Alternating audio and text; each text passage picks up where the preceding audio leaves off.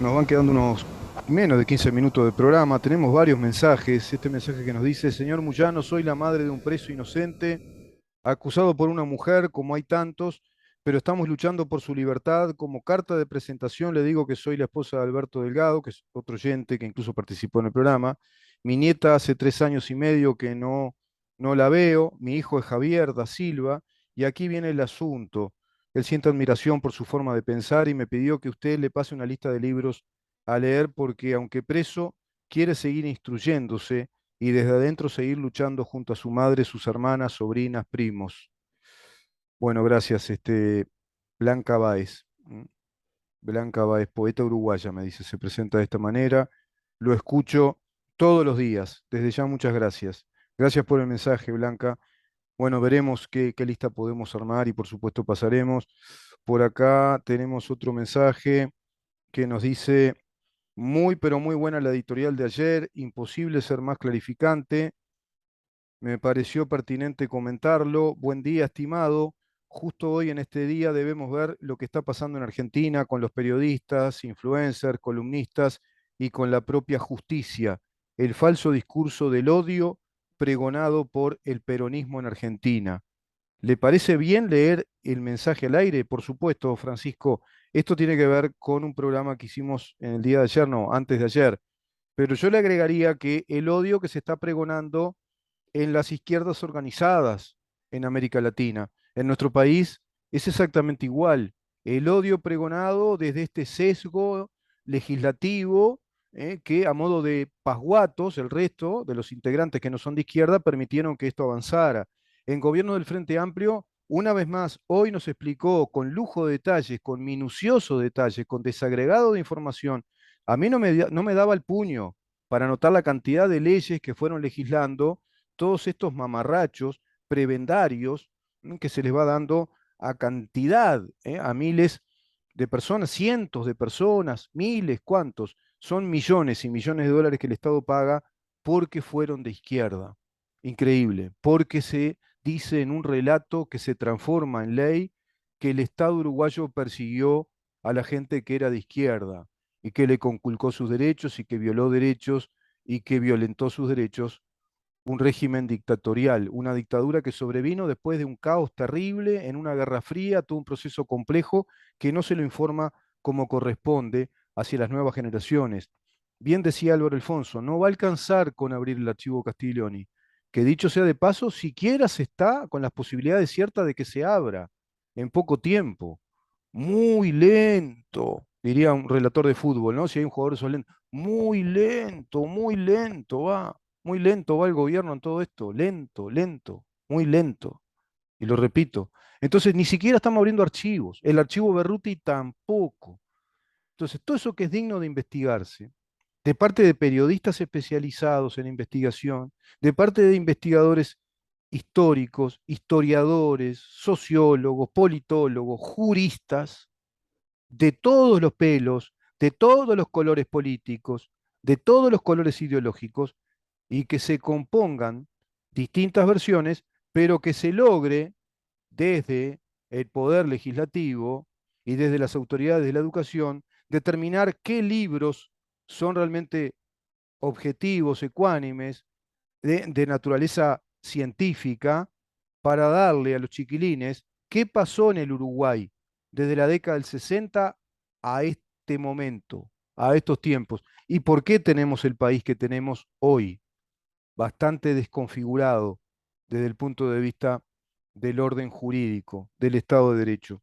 Estaba mirando distintas teorías sobre lo que significan las políticas públicas y las políticas de Estado, muchas de ellas para mí peregrinas teorías, porque no toman en cuenta algo básico. Ayer hablábamos de que es necesario establecer, formular políticas de Estado para que un Estado razonablemente tenga las posibilidades de desarrollo, para que pueda desarrollar. Si son políticas clave, políticas energéticas, políticas educativas, hay que restablecer al Poder Judicial de acuerdo a lo que la Constitución establece, y así sucesivamente. Políticas en materia fiscal, políticas en materia previsional. De todo esto no se habla en la reforma de previsión. Dale que va, 77 leyes que le dicen al poder, al Banco de Previsión Social cómo deben hacer sus aportes, el banco, digo, cómo debe dar sus prestaciones. 42 leyes más, cantidad de leyes para, bueno, prebendas, para indemnizaciones, para pensiones vitalicias, para tratamientos gratuitos, simplemente porque fueron de izquierda. Es increíble. Políticas de Estado, pero políticas de Estado que deben ser ajustadas a los preceptos de la Constitución. No hay que complicarse mucho, es ordenarse, ¿no? Hay que ordenar las cosas. Es la Constitución la fuente de inspiración de cualquier ley, de cualquier política de Estado o política pública que necesariamente se va a convertir en ley. Bueno, esa ley tiene que estar concebida, es decir, esa política de Estado, de acuerdo a los principios rectores de la Constitución de la República. Si no, señores, deróguenla, sincérense con la opinión pública y digan, ¿quieren que siga esta constitución o quieren un país con otro tipo de constitución? Porque lo han desconfigurado mucho, está muy desconfigurado. ¿Qué nos queda de Estado republicano con separación de poderes? El poder legislativo y el poder ejecutivo. Y un poder ejecutivo además sugestionado, chantajeado, extorsionado por un sistema sindical corporativo que a su vez blindó aquel poder ejecutivo de Sanguinetti. A la fecha lo blindaron con las negociaciones colectivas y los consejos de salarios, condicionando, chantajeando a la política económica del Uruguay, que es competencia exclusiva del Poder Ejecutivo, lo dice la Constitución de la República. La fijación de los recursos, la administración de los recursos económicos, establecer por decreto el salario mínimo nacional.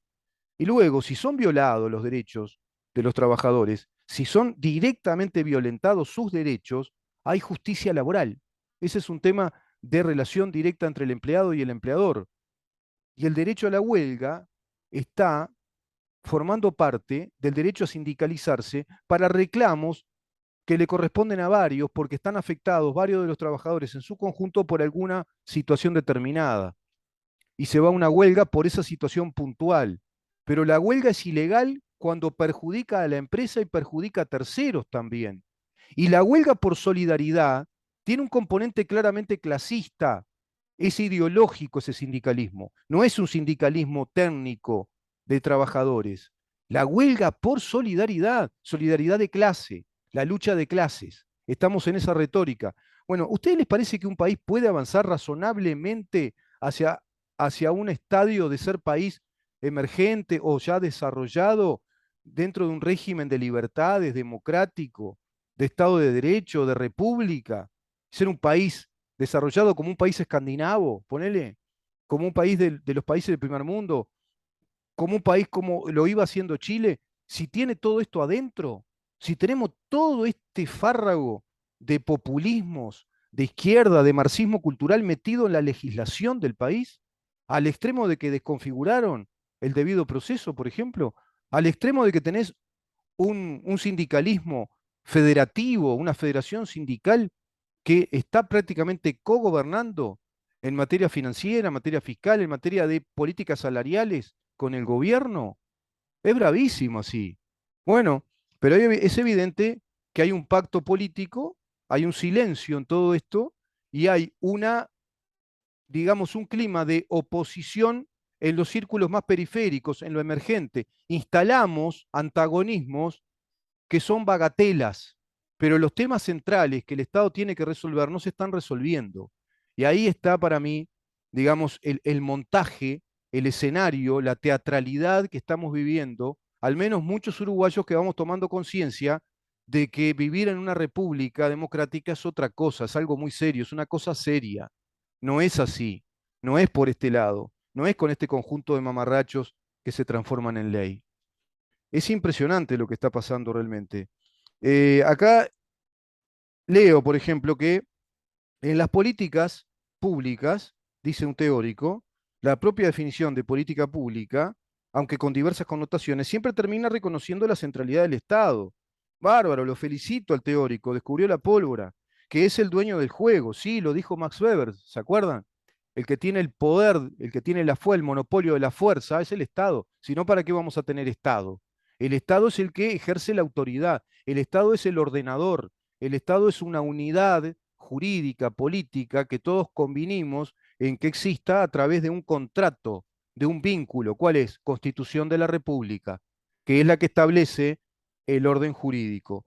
Pero acá se marean los teóricos y dicen las políticas públicas en su esencia están conectadas fuertemente al Estado, quien determina cómo son usados esos recursos, y muchas veces en el campo disciplinar las políticas públicas, bueno, tienen distintas tradiciones, hay distintas teorías, la propia definición de política pública, aunque con diversas connotaciones, siempre termina reconociendo la centralidad del Estado. La mayoría de los expertos insisten en que solo el Estado puede elaborar políticas. Este supuesto ha estado incorporado de manera general en la mayoría de los argumentos con los que los autores han trabajado en el campo disciplinar.